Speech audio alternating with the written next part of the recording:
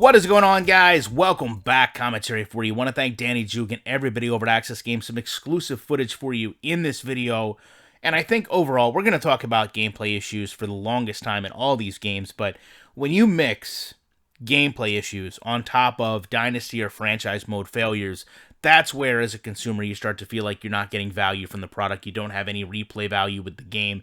So it's really refreshing to see a company go through and completely revitalize their draft experience, all the user interfaces here. And to me, when you look at what's happening, you have a team, you see their areas of need. Obviously, you look at a team selecting a player. You look at where they obviously feel like they should be drafting their strengths to. They end up getting a linebacker. You see the overall rating there. The player faces in this game, by the way, have came just light years ahead from what they were. You go through the player pool, and depending on how you've scouted players, you have more or less available to you in terms of seeing their ratings.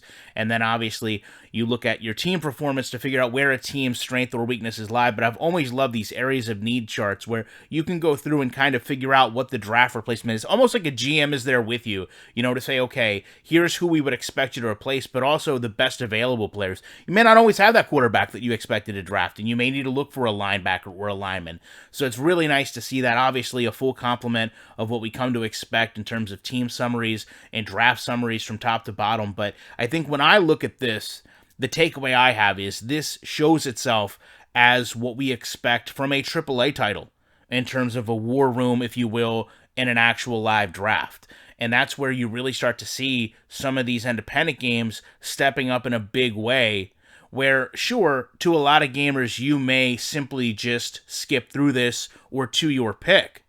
But the fact that for your hardcore franchise gamer, they see something like this and it's what they're used to seeing. This is expectations met. And then it's now up to Access continuing to grow as a game and translating all this not only on field in terms of gameplay, but continuing to have that depth as a franchise. I feel like when you look at a game that has, a full complement of coaching staff, you take a look at a draft being brought up to the standard of what we expect from games, it is a big improvement for them, and really what we want to see games do from our standpoint as a community of evolve and grow and get better each year. So I would love to know what you guys think about this. Again, big news coming from Access Football this year on my channel. Appreciate you guys checking this out, and I will be back in the week with more commentary.